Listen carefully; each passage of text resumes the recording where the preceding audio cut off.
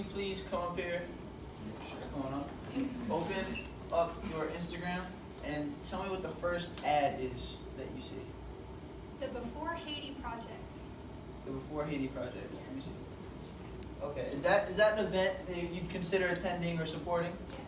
Okay, thank you. You can have a seat. That's beautiful and all. But isn't that kind of creepy? The fact that an online agency, an online private agency, or the government just has all that access to your online personal information?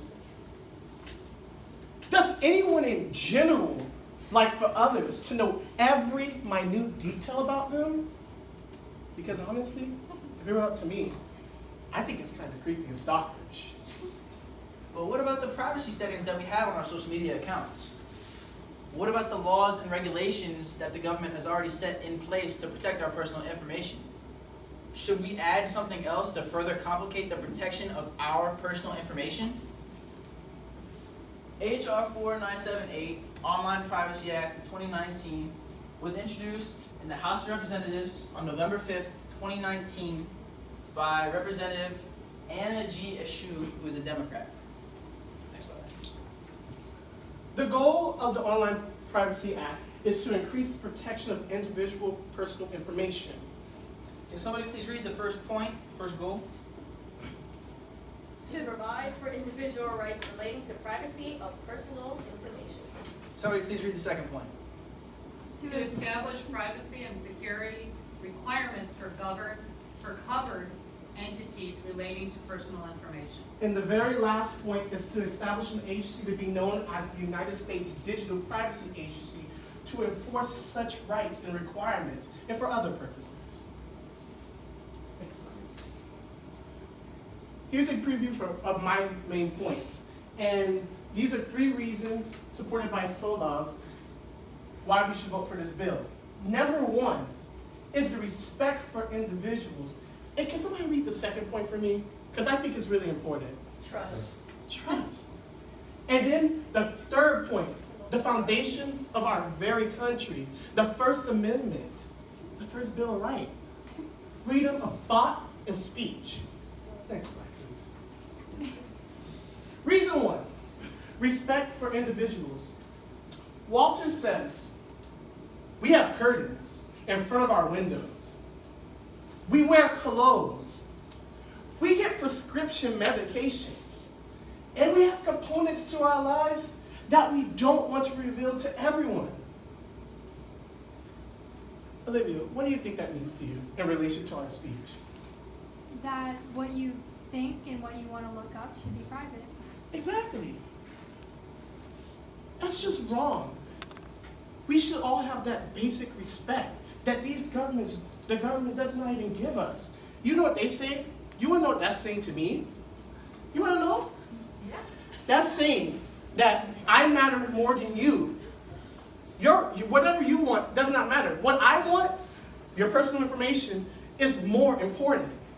That's not respect. Respect is mutual. And I see no mutuality. Next slide. Reason 2. Can somebody say reason 2 for me? Trust. Louder? Trust. Trust. And this is supported by Penn State University. Breaches in confidentiality is essentially a breach in trust. Can somebody read the second point? Too much access to your data with no transparency equals breach in trust. Exactly. If they're not transparent with what they're telling you and what the information that they're telling that they're going to get, that you're giving to them, they can do whatever they want with your information, and you don't even know. You basically just signed your life to them, and all technicality. Here's a personal story. Neve, would you come up and help me with this one? Yeah. Let me sit to myself.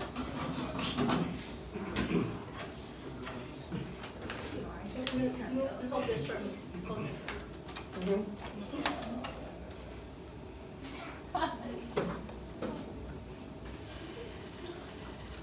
And give me my box, please. Thank you. I best friend, a beautiful best friend, Alicia Florentine. And she goes on a dating app that we all know of, I think, Tinder. She sees this guy from St. Augustine, handsome, blue-eyed creature. She swipes right, and they match. Roses. No, it's not roses. All of a sudden, 2 weeks later, the government, which I think this was planned, she gets an ad on YouTube to attend St. Augustine University for physical therapy. And to make this even more extreme, that's exactly what she's studying at FSU, physical therapy. And she volunteers at a physical therapy place.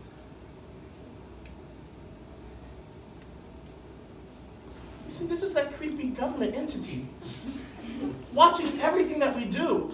My beautiful friend should not have to be watched in such a way. But that's what a breach in trust is in this situation. Thank you, Naveen. There was no transparency. She didn't know that was going to happen to her, but it happened. Next slide.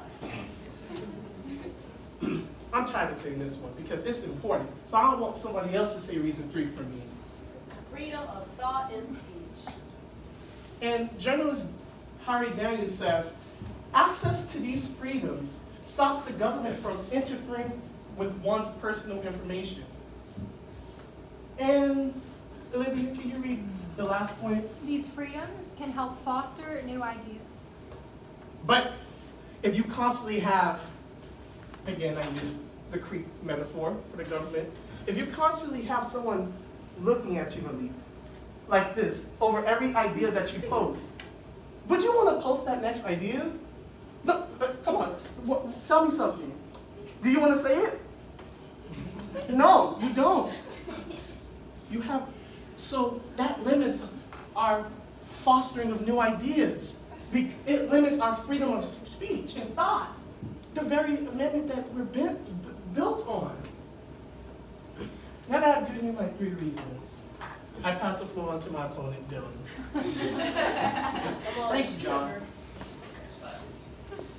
Today, I'm going to give you 2 reasons to vote against this bill and 2 alternatives to passing this bill.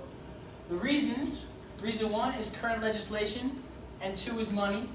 And the alternatives are the FTC and a single document, which I will further explain to you in a moment. Next slide, please. So the reasons. The first reason is that sufficient agencies and legislation already exist in the United States. We created the Federal Trade Commission, the FTC, to protect our personal information. We passed acts such as the Privacy Act of 1974, the Financial Monetization Act of 1999, and the Fair Credit Report Act, which I found from Sharp 2013. The other is that it's a waste of tax dollars. Why should we create a new government agency to do what current laws and agencies are supposed to do right now? That's going to cost us more money.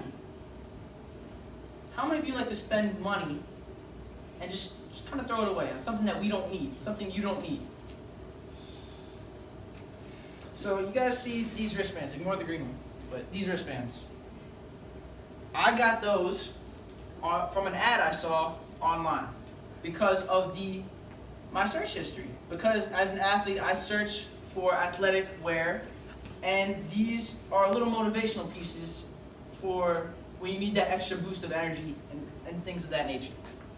Or about a year ago, I was looking for a birthday present for my ex-girlfriend, and it's hard shopping for girls, guys. It's hard. And I couldn't find anything. So I was doing homework, and I was writing a paper, and I was on one of my sources. And on the side was an ad for, you know, like the plush socks that girls love to wear, like the Halloween things and things like that? Well, it was an outfit like that, like a little hoodie to wear and matching shorts that she's always cold. It would be perfect. It was perfect. That I was able to find that because they had access to some of my minor personal information, the less important stuff. Obviously, if they have access to your really private things, that's not okay. But your search history and some things that are minor like that are not bad and sometimes are beneficial. Now, I'll give you the slide, please. The alternatives to passing this law. The first is to fix the FTC. This source, the Electronic Privacy Information Source 2019, said that the FTC failed to enforce some of its laws and regulations. How many of you drive? When your car doesn't start, do you guys go buy a new one? You can't afford to, right? You take it to the shop and see what you can fix. Well, if the FTC is not doing its job, shouldn't we try to fix it before we create an entire new agency to do its job? The other comes from O'Connor 2018, who says to create a single comprehensive data protection framework. That's a fancy way of saying instead of having state legislation, federal legislation, and private companies creating all different personal information laws to protect you, create one single document at the federal level to protect your personal information. Do you guys remember what the United States did to our first Constitution, the Articles of Confederation, when it wasn't working? They tried to fix it. When they found it was beyond repair, they wrote the current Constitution. And like John said, what's at the end of the Constitution? The Bill of Rights. To fix and amend the things that it did not cover. I hope you all keep that in mind when you vote for this bill.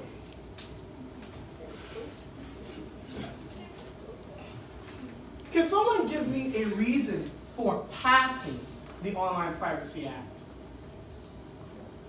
It takes away your you foster your thoughts and ideas. Basically, freedom of speech and thought. Thank you. Can someone name one of the alternatives to passing? Anthony? It's a waste of money. There you go. So, I repeat, the goal of the Online Privacy Act is to increase the protection of online personal information. There are certain luxuries that we all have because of the current legislation protecting our personal information. Like when you need help finding that last Christmas gift and you're doing that online shopping and you guys are searching around, that ad on the side can be your saving grace. But is that really the Christmas spirit? Should an ad choose an algorithm for the person that you love? I think not. And that's why we should have the online privacy. Today, I present an example using Cardi B's new invasion of privacy. Is that what we really want? Creepy people invading our privacy? The answer is no. And since John wanted to go and bring up music, I listen to music on YouTube. Does anybody else listen to music on YouTube? How does it feel when you see that suggested song that you've never heard it before and you fall in love with it? You can kiss that feeling goodbye if you vote in favor of this act. So, for the ones who favor this act, we'd like for everyone to stand up. If you favor this act, you will come on my side, the right side, or on your left side.